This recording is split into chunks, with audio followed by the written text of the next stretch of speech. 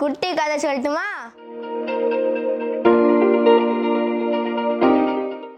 ஒரு ஊர்ல ஒரு ஃபார்மர் இருந்தாரா. அந்த ஃபார்மர் ரொம்ப போறா. அந்த ஃபார்மருக்கு காசே இல்லையா. அந்த ஃபார்மரோட டாட்டருக்கும் கல்யாணம் ஆன வயசு வந்துட்டான். ஆனா காசு இல்லாதனால கல்யாணம் பண்ண பார்க்கலையா.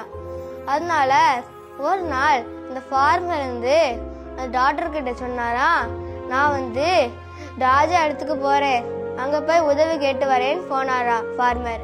அந்த ஃபார்மர் ராஜா இடத்துக்கு போயிட்டு இருக்கும்போது ரொம்ப பசிச்சுச்சான், ரொம்ப டயர்டா இருந்துச்சான். அதனால ஒரு மரத்துக்கு பின்னாடி உட்கார்ந்தாராம். அவர் வீட்டுல இருந்து கொண்டு போன சாப்பாடை திறந்தாராம். சாப்பிட்றதுக்கு முன்னாடி ஒரு நாய் ரொம்ப பசியா வந்துச்சான். அந்த நாய் வாலாட்டிட்டே இருந்துச்சான். அந்த ஆள் பாவப்பட்டு அந்த நாய்க்கு சாப்பாடை கொடுத்தாராம். பசியை தாங்கிட்டு அந்த ஃபார்மர் போயிட்டாரா ராஜா இடத்துக்கு.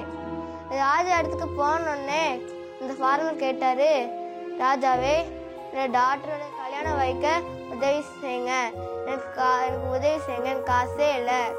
அந்த ராஜா ஓகே உதவி செய்யறேன்னு சொன்னாரு. ஆனா அந்த ராஜா அந்த ஃபார்மர் கிட்ட கேட்டாரு, நீ உன் வாழ்க்கையில மற்றவங்களுக்கு உதவி செஞ்சிருக்கியான்னு கேட்டாரு ராஜா.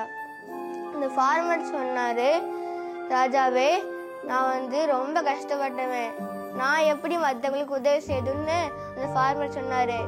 திடீர்னு அந்த ஃபார்மர் யோசித்தாராம், ராஜா, நான் உங்களை பார்க்க வரும்போது ஒரு பசியான நாய் இருந்துச்சு, என்னோட சாப்பாடு எடுத்து அந்த நாய்க்கு கொடுத்தேன். இந்த ராஜா இதை கேட்டு ரொம்ப சந்தோஷமானாராம். ரொம்ப சந்தோஷமாய் அந்த ஃபார்மருடைய டாக்டருக்கு கல்யாணம் ஆக எல்லாம் உதவி செய்தாராம். நமக்கு இந்த ஸ்டோரியிலேருந்து என்ன கற்றுக்கொண்டோம் ஃப்ரெண்ட்ஸ்? நம்ம கஷ்டப்பட்டவங்களுக்கு உதவி செய்தோம்னா ஏசப்பா நம்மளுக்கும் உதவி செய்வாங்க. பைபிள்லையும் இப்படி ஒரு வசனம் இருக்கு, ஏழைக்கு இறங்குகிறவன் கர்த்தருக்கு கடன் கொடுக்கிறான். நீதிமொழிகள் 19ஆம் அதிகாரம் 17ஆம் வசனம். ஜெபம் பண்ணுவோமா? ஏசப்பா, நாங்க மற்றவங்களுக்கு உதவி செய்யுங்க. ஆமேன். Bye friends.